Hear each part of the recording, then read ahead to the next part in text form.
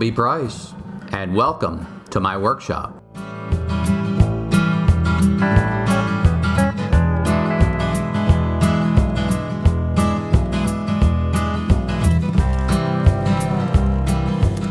Well, as you might imagine, I'm back from somewhere. That load of lumber is still sitting on the sawhorses. I think it's time to get our game face on. Come on inside, let me show you what we're doing.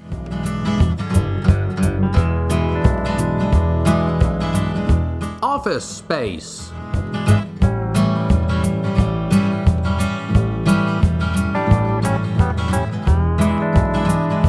Best face forward.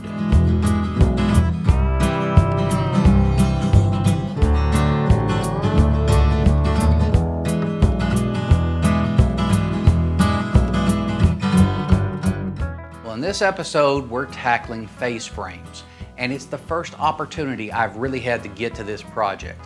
If you'll recall in last episode, we installed the end panels, and when they got installed, I got a uniform 2-inch width on all my styles from the very beginning to the very end. So we can do these things en masse. Now, the bottom rail, we're looking at 4 inches right there.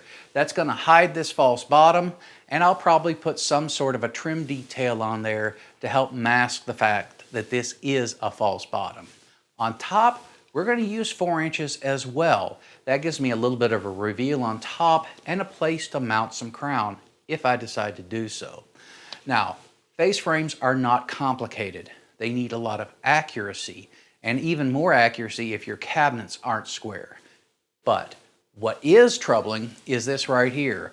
A corner cupboard, that transition, that 45-degree angle, that can be a little bit difficult to marry up. We'll tackle that when we get to it. But right now, we need to get out to the shop and get busy. Well, if you tuned in to last episode, this is a pretty familiar scene, minus 2 boards. Those 2 boards, they went into milling up the trim work I've got in my hands right here. That went into the end panels, and that came out pretty good. If you didn't catch it, go back an episode. It's worth seeing. Now, we are focused on square stock here, and we're gonna start with the rails. I told you there were 4 inches. We're gonna make them 4 1/4. Now, 4 1/4 off this, I'll have something that is a little less than that. We'll make that into a style. But the 4 1/4 dimension is important because I think the styles are gonna come out of the remainder of this wood. But if I have a board, a rail, that is a little too warped, a little too bowed, I can always mill it up again, and there's a chance that stock will work for a style, and that's preservation of material. So first cut on these boards, 4 1/4 inches. Let's get busy. Shorter boards are easier to deal with, so we'll cut them to length first. This cut may seem strange, but it's actually a safety precaution. And you saw it just there. Rough cut is unusual, and it can pinch the body of the blade due to movement on the table or movement in the wood. Carbide teeth are wider than the body of the blade, so every time I pass it through the wood, I plow out a larger channel than the body of the blade. This reduces the chance of kickback. Do you see the burn? That's what caused the kickback. That's what we're trying to avoid. These are rough cut timbers, and you really can't go to the table saw until you have a straight edge on one side. It really amounts to a safety issue. If the board gets a little wider on the fence side, it's going to pinch that blade, and that's a kickback situation. And besides that, it produces such a sloppy cut, it's not worth having. The first step is to take it to the jointer. With a straight edge, we can take it to the table saw and get a parallel edge on the other side.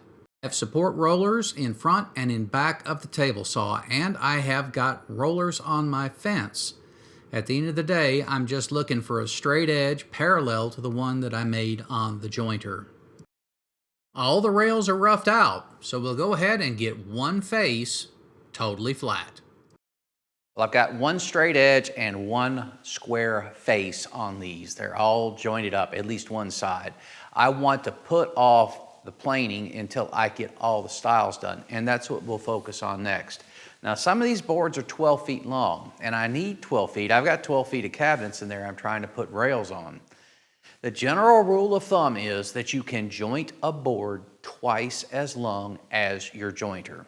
and my jointer is just a hair over 6 feet. That doesn't mean it doesn't require a lot of effort, but theoretically you're supposed to be able to do it. We came off pretty good here. I think I've got what I need to do the job. Now we're going to focus on stiles. The most I need on those is 54 inches, so it's going to be considerably easier. You've seen the roughing out process, so I'm not going to repeat it. And part of that process was to get one flat face. So on the planer, we can get two flat faces, both parallel.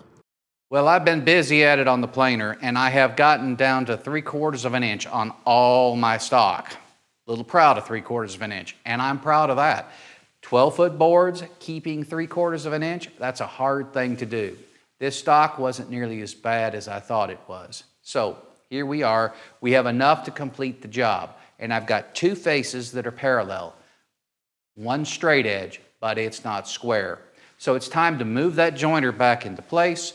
We'll square up one edge, true it up on the table saw, and then square that up for final dimension. When I go to the jointer and I'm close to square, I like to mark both corners, and that's what you see here. My finger is guiding the pencil just to be on the edge of that board. That way I know when both edges have met the blade. At that point, when all the pencil marks are gone, we're square. At this point, we have two flat faces that are parallel and one edge that is square to both. Ripping these boards on the table saw will make both edges parallel. Needless to say, your blade has to be square for the board to be square, and that's usually a pretty simple thing to do. My boards are pretty clean, but I like to go ahead and sand down the edges just to make sure all the mill marks disappear. I wouldn't edge sand any of these boards in isolation. If you gang them together this way with a clamp, they really are pretty stable, and they all come out the same width. This technique is not limited to the drum sander. You can do the same thing in a planer. Well, that was the easy part. Those were the stiles, the rails of the long boards. The process is the same, it's just a little bit more difficult, and you need the occasional extra support. We're all milled up. Everything is square, straight, and appropriate thickness and width. Very happy with the way that turned out. It's time to start thinking about lengths. And to do that, I need to calculate the overall dimensions for this cabinet. And I've done that, and I've measured, and I'm still not very comfortable with this. One reason is, it's hard to get the dimension on top and bottom to understand what that scribe angle is on the far side. If I don't understand that scribe angle, I'm never going to get that right. So what I'm doing is falling back to a very old method. I'm using a story stick. This is a piece of scrap left over from when I was trimming back one of the rails. It's 12 feet long, so I've got plenty of it. Also, I'm holding it here with clamps. It's just sitting there, but I don't have to mess with it while I take my measures, and that's important. So I will do this both on bottom and on top. And at that point, I'll be able to calculate that scribe, or I'll know what it is, and I'll be able to get the length right on every one of these. I have to hit these dimensions just right because I only have a 1/16 on either side of this. This is very important, and this story stick will help me get to where I need to be.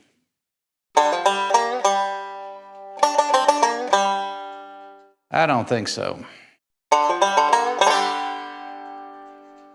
Well, this is my old tapering jig, and I didn't feel like the length was sufficient to manage a cut for a piece this long. Additionally, the way these things work, it was going to be hard to get a really good measure to make sure that I had the taper just right. So I've made another jig, and there are some improvements.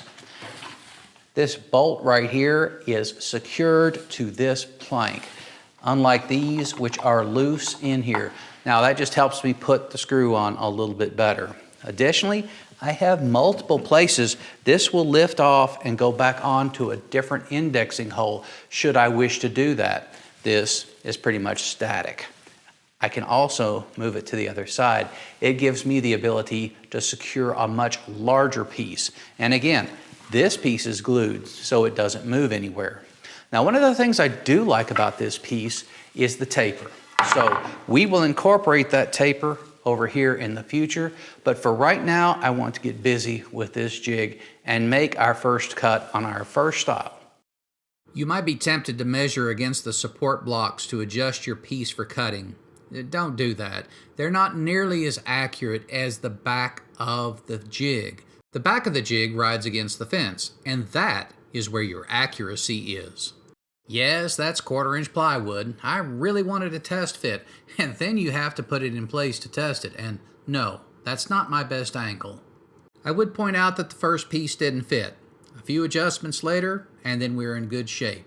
Then we cut our final piece, and yes, that one did fit. Well, I've measured this thing up a couple of different ways, and I've made extensive use of my story stick. And I checked my story stick too. We are at 119 3/16 for the top rail, and that is minus the stiles on either side. Now, we're 119 5/16 on the bottom rail. That's 1/8 difference. Now keep in mind, I've got 6 different cabinets that have all been assembled, and they were all built independently. I'm not too fussed over 1/8 of an inch on that type of an assembly. So I feel pretty comfortable with this. Also, we have a 1/16 proud on the panel side toward the door.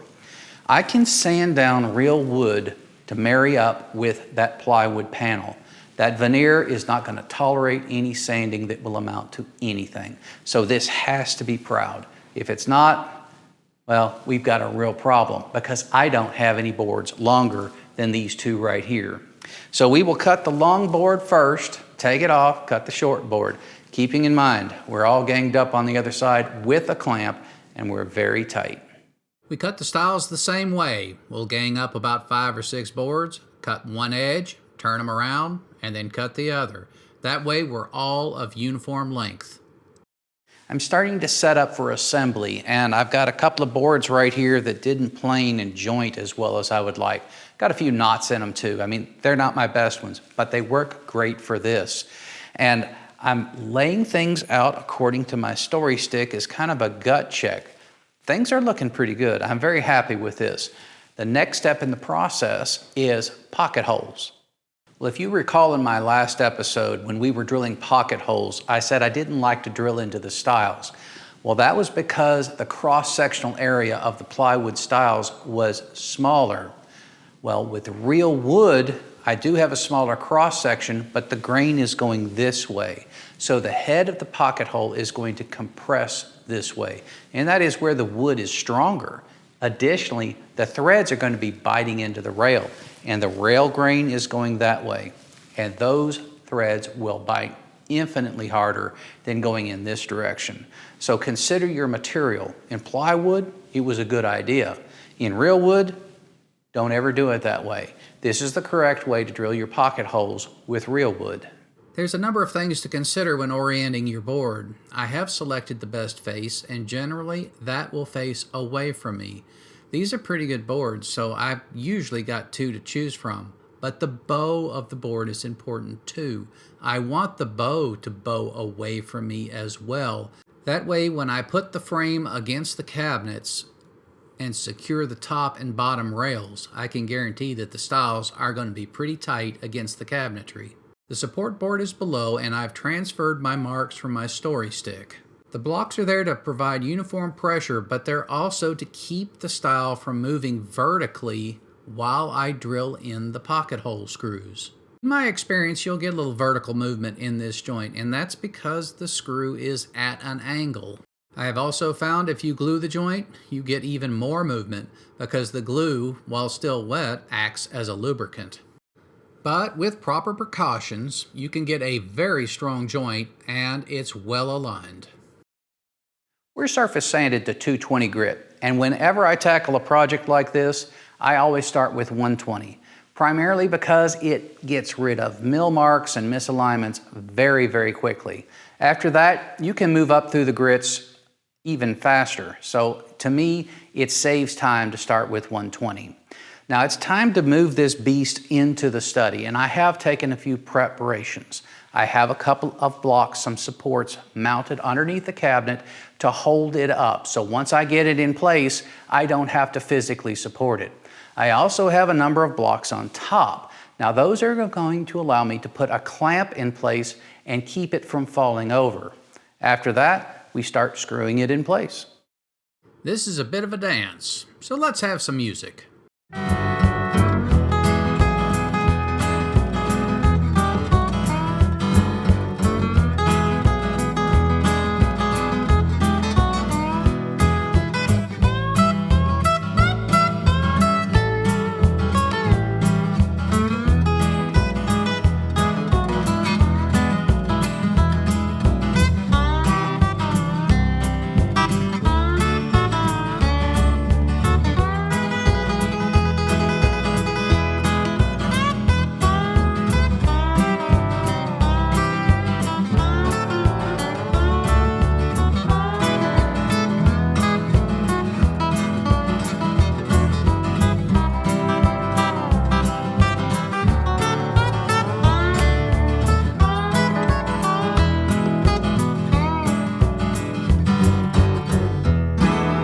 Well, we're up, and all in all, I'm pretty happy.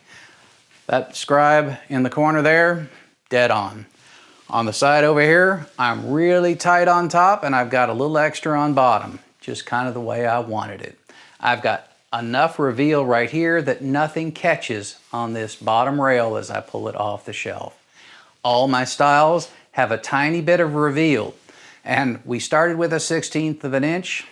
We may be a 32nd in places. All this could not have been done without the story stick. I can't emphasize enough how important that was to this success. So, why all the trouble? You don't see a seam line anywhere in here. If I were to store buy these cabinets, I would buy them in one piece and you would have a seam at every one of them. As it is now, it is a continuous piece of furniture. And that's what I was going for. So, we're up, but we're not in place. I'm going to I have put in pocket holes here. We will screw the stiles in tight against the cabinetry in the middle. On top where you see my clamps, there are a number of backer blocks up there. We will screw in from the front into the back of those.